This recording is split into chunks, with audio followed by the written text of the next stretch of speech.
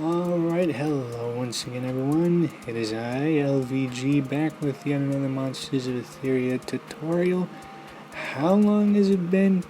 Probably too long, but hey, if it's long enough for the developers to take their time and put care into their updates, I really don't care. So yeah, this time around you've already read the thumbnail. Sure, you've already looked at the thumbnail, you read the title, you know exactly what's going on. Monsters of Etheria has been featured in this year's Metaverse Champions event. So, along with a skin, you can also get an actual Roblox accessory that will be in your inventory once you complete the task, and that Roblox accessory, the crate, will transform into another Roblox accessory sometime in the middle of May. But anyways, I doubt many people honestly care about the crate. I'm pretty sure most of you guys here are how to get the skins.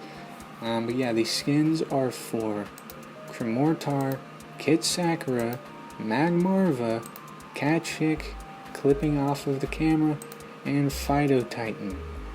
And unironically, Kitsakura was like the hardest one for me to do.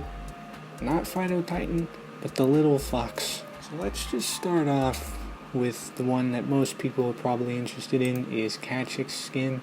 And one thing I actually kind of like about this event is we have like a checklist of everything that we're looking for, which you can open up by clicking the chest badge icon, which is pretty useful actually. Pretty much for Cachick, you're going to want to go into the main town so you can spawn in as an explorer or whatever, which, speaking of that, explorers currently, for the duration of this Easter event, Metaverse Champions event, whatever, you can actually run like way faster now, especially if you have the running shoes. Man, you run almost as fast as a Munstorm. But yeah, pretty much, if you're wanting to get Easter Cachick, you want to talk to Leonard in the main town, and he'll ask you to find the 5 like copyright infringing Eggtherians, and let's just go in order. The red one is found at the main town where you talk to Leonard, and it only spawns at the daytime, and it will also like run away from you, so I recommend trying to have like a fast character. I believe it can also spawn around at the barn, because I saw a lot of them there. And yeah, the green one spawns in the forest. This one apparently a lot of people are having trouble with. I don't know if it just depends on like RNG with the bugs or something, because it might be a little buggy apparently. You just gotta find one of the green Eggtherians sitting in the tree, click on the thing, it'll fall down, and then you just run into it and collect it, and that's it. But apparently it's really broken, and I don't know. So you might have to keep trying a bunch of times on a bunch of different green Eggtherians, but eventually you will get it, because I got it, so I know that it does work. The blue Eggtherian now, that one is found in the snowy/ice area, and pretty simple. You just run into it, collect it, and you're done. And then the yellow one, which might confuse a lot of people because it looks red but it's yellow, is found in the desert in the little dust devils, and just like the blue one, it's as simple as running into it. Although the dust devil can pick you up and throw you around all over the place, so again, you're going to want something that's pretty fast. And then lastly, for the purple Eggtherian, this one only spawns at nighttime, and it will spawn around or inside the haunted mansion, and just like the red one, it'll run away from you, so you're going to want to need to be a little bit faster, or simply if it's inside of the mansion, just try to get it stuck in a corner. Then, once you have all 5 of the eggs, you go back to Leonard, talk to him again. He'll give you both Wren's week 3 crate as well as Cachick's bloom skin. Next up, we have Crimortar. This one I got stuck on for quite a bit. I'm not gonna lie. You gotta find a well that has fresh water in it, and in order to collect the fresh water, you are going to need a empty vial. Empty vials can be found anywhere around the map in in barrels, and you just gotta find one of those, and then also find a well that has fresh water in it. Use the empty vial on the well, get the water, and you get the skin just like that. And then now for Kitsakura, which I hope I'm not the only one that got really confused on this, because I was doing this for a little over an hour, I'm pretty sure, trying to figure out what they meant by watering flowers. I thought you had to use a water type move on the flowers. That didn't work. I thought maybe you had to water the cactus flowers because you use those to offer them to the shrine, the Kitsakura shrine. You don't do that. You need to get a vial of water, use it on the flowers, or use it near the flowers, then the flowers will be watered, and then the Kitsakura will spawn. I don't know if it's 100% chance of spawning, but I know that that's how you water the flowers, is you get not an empty vial, you get a vial of water, and then you just use it near a batch of flowers, and the Kitsakura should spawn. That took me way too long to figure out, and thinking about it now, it seems extremely obvious, but apparently I'm a bit of a doofus. Moving on.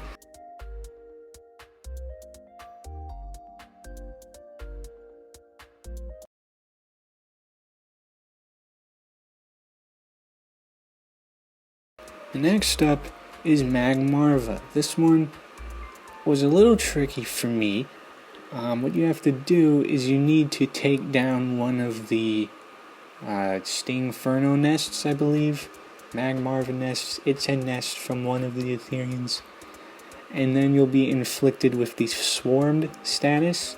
And it's pretty hard to tell if you've been inflicted, other than your health starts very quickly draining. But you'll see a bunch of little black circles kind of just swarming around you. Those are supposed to be the wasps. And what you want to do is, once you get hit with that status effect, is you want to just run as fast as you can to the nearest batch of water. And for me, wow, I was dangerously close to dying.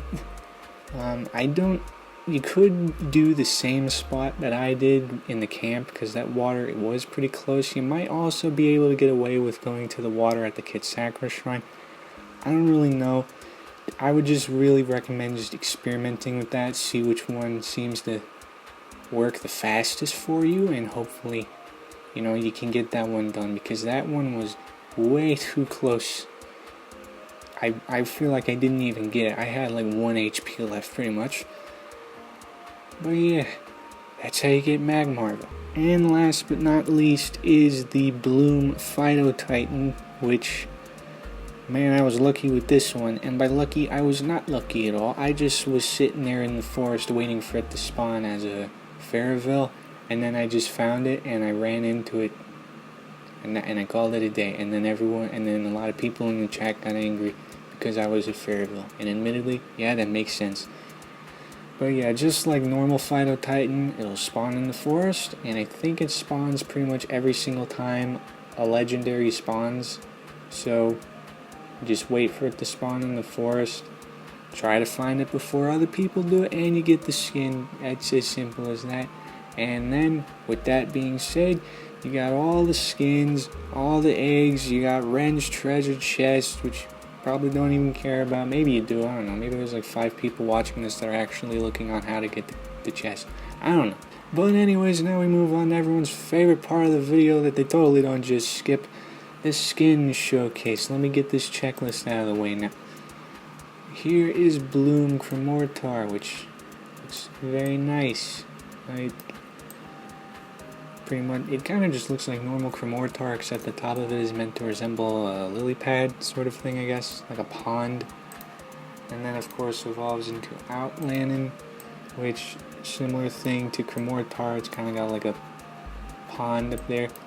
Admittedly, I can't really show it off that much without actually going in-game, but I'm a little lazy and I don't want to go in-game and run around, so. For Kitsakura's skin, actually looks pretty nice, not gonna lie. I kind of like this skin. Pretty much just wears like a little frilly flowered dress thing. Pretty cute.